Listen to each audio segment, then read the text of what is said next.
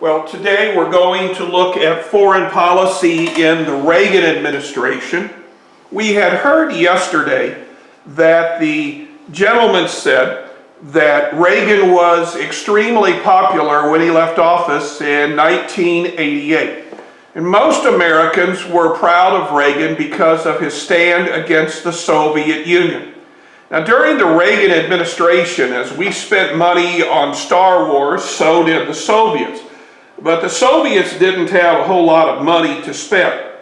Now, it was during this time that Mikhail Gorbachev, who is the leader of the Soviet Union, begins a new practice called glasnost. Glasnost is an openness in the Soviet administration. Glasnost is going to be seen first in those countries that the Soviet Union had taken over following World War II. This is Lech Walesa. He is a union leader in the country of Poland, and he is going to organize a strike against the Polish government. He wants more pay, better working conditions, blah, blah, blah. Now, Lech Walesa had a powerful ally, and that is the Catholic Church.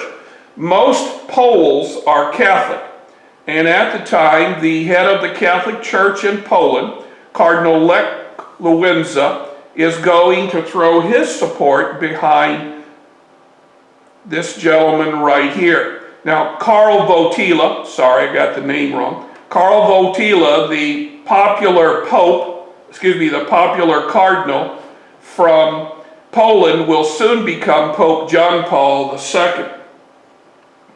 In the Soviet Union, the economic and political problems are beginning to become greater and greater. Now, Leonid Brezhnev had died during the first part of the Reagan administration, and it took a couple of years, but eventually this man, Mikhail Gorbachev, took over. Gorbachev was looking for a way to stay with the Americans in Star Wars, but he had a limited resource. To save the country, Gorbachev called for reforms. Now, the economic reforms were called glasnost. Now, in the Soviet style of economy, the state determined the price of everything. Under glasnost, it was the market decides the price. The political reform became known as perestroika. Perestroika is the idea that the Russian people will have some say in who their legislators are. Prior to this time, only members of the Communist Party could vote, and they could only vote for people who are in the Communist Party.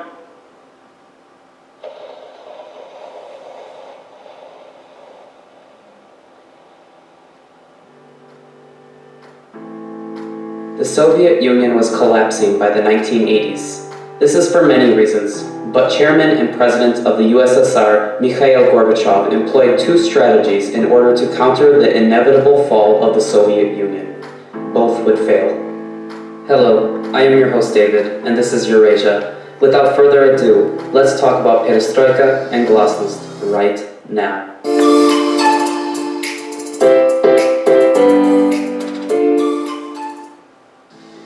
As the Soviet Union pulled out of Afghanistan at the end of the 1980s, the leaders in Moscow began to question their policy internally and externally. In fact, in 1978, a young Communist Party member named Mikhail Gorbachev was appointed as Secretary of the Central Committee. He had worked various positions prior to this, and through these years, Gorbachev had gained the trust of most Moscow elites. A year later, the Soviet Union would invade Afghanistan, to which Gorbachev was privately critical of. During this time, Gorbachev started to become closer with Yuri Andropov, who had become General Secretary of the USSR by 1982. Andropov would slowly introduce some liberal policies, but Andropov would die only 15 months later in 1984 and asked the Supreme Soviet to elect Gorbachev as the next General Secretary. The Supreme Soviet ignored Andropov's request and elected Konstantin Chernenko only for him to die 13 months later. Ironically, US President Ronald Reagan would remark, "How am I supposed to get anywhere with the Russians if they keep dying on me?" This remark would be met with an answer, and on March 11, 1985, Mikhail Gorbachev would be elected as General Secretary. Gorbachev sought to introduce many radical reforms. However, recognizing that the Politburo could remove him at any time, Gorbachev sought to first remove older and more conservative Politburo members. Within a year of hiring, firing, and lucratively moving Politburo members and others in the government, Gorbachev had full control over the government. However, even before his election and reshuffling, Gorbachev had dropped the word glasnost in many speeches. Yet, after reshuffling the Soviet government with loyal supporters in 1986 in the 27th Congress of the Communist Party of the Soviet Union, Gorbachev detailed his plan for glasnost and perestroika. However, before digging into these two policies as well as others, it's important to note that they often overlap and are not always separable. On top of this, though most Westerners recognize the words glasnost and perestroika, there are many other policies that the Soviet Union would enact that encompass the overarching goal of liberalizing the Soviet Union and bringing it closer to the West. First, however, we'll talk about glasnost. In Russian, glasnost means openness or transparency. Glasnost was Gorbachev's attempt at allowing more freedom within the Soviet Union. This included many new freedom of speech rights that many would take advantage of. More specifically, Gorbachev would push for the courts to allow media into their hearings, as well as simply allowing the press more freedom to speak and publish freely. This would prove to be very hard for Gorbachev to handle, as many satellite states in Eastern Europe would take advantage of this and break off from the Soviet Union. This fervor would reach Moscow by 1990 and would lead to the eventual breakup of the Soviet Union. Perestroika, on the other hand, pushed more for the openness of the Communist political party, meaning rebuilding in Russian. Perestroika aimed to allow Communist Party members more freedom to talk about their concerns and problems with the Soviet Union without the fear of repression. Perestroika, like glasnost, would allow political elites across the Soviet Union to voice their complaints and ally themselves with the people instead of Moscow. Perestroika would even lead to the split in the Soviet government, which consequently led to its demise. Another feature of Gorbachev's reforms was uskorenie, or acceleration in English. This was Gorbachev's way of saying that reforms should not come over a span of decades, but rather years. He planned on liberalizing quickly, and uskorenie confirmed that. Uskorenie would prove to be extremely unsuccessful. The transition from a socialist to capitalist state needs lots of time, as we still see today. But Gorbachev wanted to see these policies enacted quicker, and thus uskorenie ironically only accelerated the downfall of the Soviet economy. The last major policy for Gorbachev to enact was demokratizatsiya, or democratization in English. Needless to say, this was his way of trying to introduce democratic policies into Moscow and elsewhere. Among other things, this allowed a multi-candidate party election in the Communist Party, as well as ending the general secretaryship and introducing the presidency, among many others. By 1990, it was obvious that Gorbachev's policies were failing. Most of Eastern Europe had gained their independence. The Soviet Union's economy was crumbling, and dissidents from around the USSR voiced their complaints to Moscow. In early 1991, there was an attempted coup on Gorbachev for the failure of his policies, and on December 25th of that year, he handed in his resignation. A day later, the Soviet Union would dissolve. Now, as the gentleman said, most of the Soviet state countries would break off during the Reagan administration. Gorbachev himself will step down during the George H.W. Bush administration. Reagan saw the collapse of the Warsaw Pact countries. It's kind of like the dominoes cease to fall anymore after this particular time period. 1970 was a time in which America turned its attention to space in a different manner. Now, we had gone to the moon 5 times, and a lot of people were saying, should our space program continue? NASA said yes. NASA said the problem was the satellites were getting bigger and bigger, and that the missiles were having a difficult time taking them up into outer space. NASA said what they needed was a big truck, and the space shuttle was created. Now, there were 4 space shuttles. They would be launched, they would go into outer space, they would open a big cargo bay, the satellites would be taken into outer space, and then they would close the cargo bay, and the space shuttle would basically fly or glide down to planet Earth. Space shuttles became honestly quite routine until January 28th of 1986. On this date, the Space Shuttle Challenger is going to explode soon after liftoff. T-minus 21 seconds, and the solid rocket booster engine gimbal now underway. T-minus 15 seconds. T-minus 10, 9, 8, 7, 6. We have main engine start. 4, 3, 2, 1, and liftoff. Liftoff of the 25th Space Shuttle mission, and it has cleared the tower.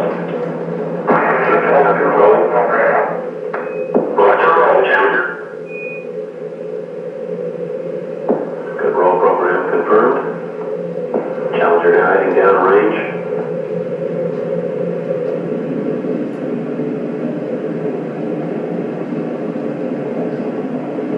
Engines beginning throttling down now at 94%. Normal throttles for most of the flight 104%.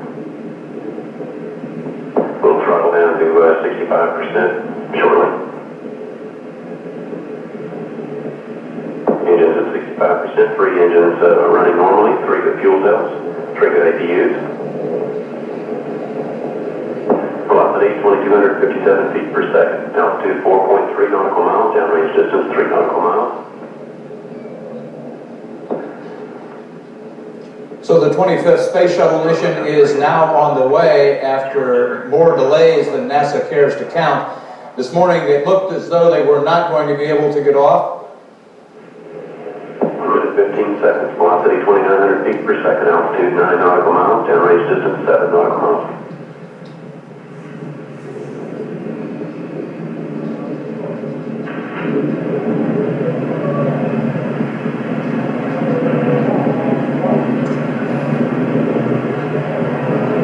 Looks like a couple of the solid rocket boosters blew away from the side of the shuttle in an explosion.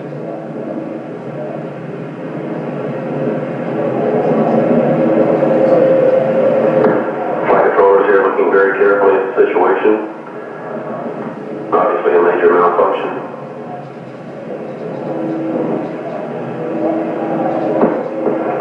We have no downlink.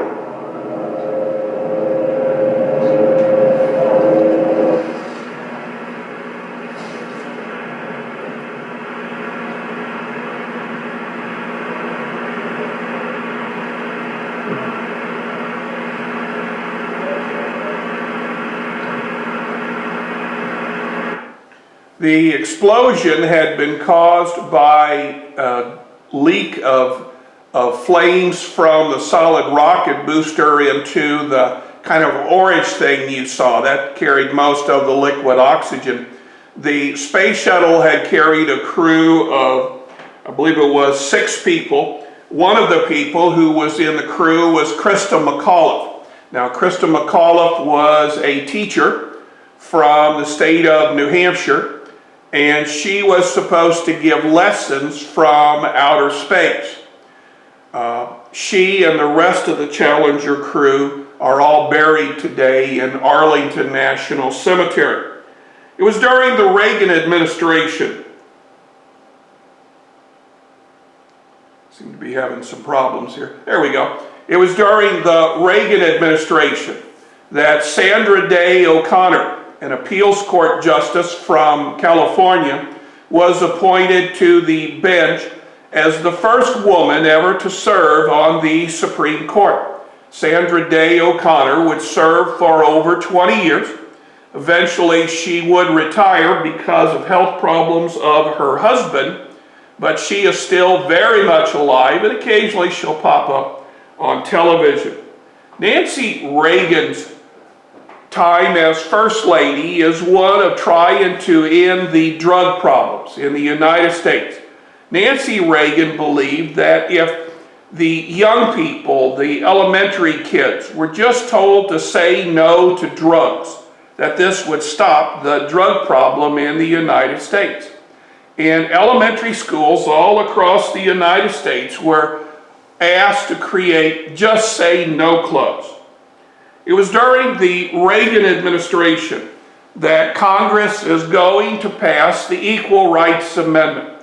Now, the Equal Rights Amendment makes it harder for an organization or a business to, say, pay men one wage and women another for doing the same job. Now, the whitish colored states are the states that have not approved the ERA. You'll notice Missouri is not one of them.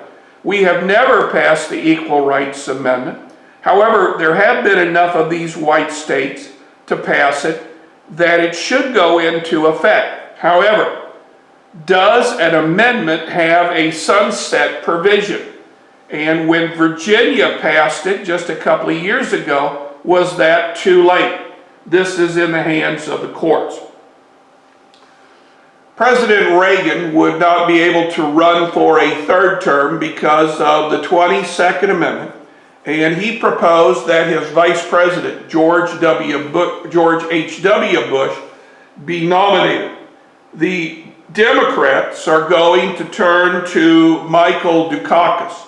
Dukakis is the governor of the state of Massachusetts. Now, the election was going to be very close until Bush let out this ad. Bush and Dukakis on crime. This ad, made by George H.W. Bush's supporters for his 1988 presidential campaign, is infamous for stoking racial fears in an attack against his Democratic opponent, Michael Dukakis. He allowed first-degree murderers to have weekend passes from prison. One was Willie Horton, who murdered a boy in a robbery, stabbing him 19 times. Horton fled, kidnapped a young couple, stabbing the man and repeatedly raping his girlfriend. Weekend prison passes. Dukakis on crime. The 30-second ad was aimed at painting Dukakis as weak on crime, and it used photos of Horton in a way that played into racist stereotypes linking crime and black men. Critics say it encouraged race-based politics. The insinuation is, if you elect Governor Dukakis as president, we're going to have black rapists running amok in the country, right? So it's playing to white fears about black crime. The Bush campaign denied any involvement in the ad, but later aired a related one. His revolving door prison policy gave weekend furloughs to first-degree murderers not eligible for parole. This ad directly attacked furlough programs, a common practice at the time where inmates were allowed out of prison to visit family. It was the same program that gave Horton his so-called weekend pass. The effects of this political tactic by the Bush campaign lived on for years to come. When Bill Clinton took office, he took a similar tough-on-crime approach. The message today to the Bloods, the Crips, to every criminal gang preying on the innocent is clear. We mean to put you out of business. The Horton ad also gave way to racially charged politics that we continue to see today. A week before the 2018 midterm elections, President Trump's team released this ad, falsely connecting crime to Mexican immigrants.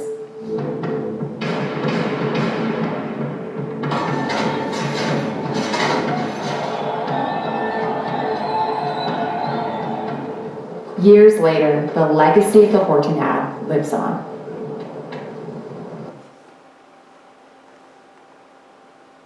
Bush.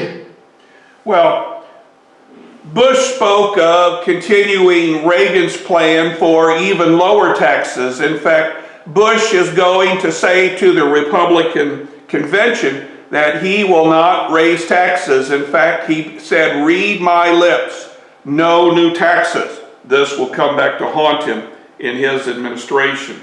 The red states are Mr. Bush, the blue states are Mr. Dukakis. As you can see, it is an easy victory for President Bush. Well, we are done with today's work. A reminder that you have until 11:59 tonight to submit your answers.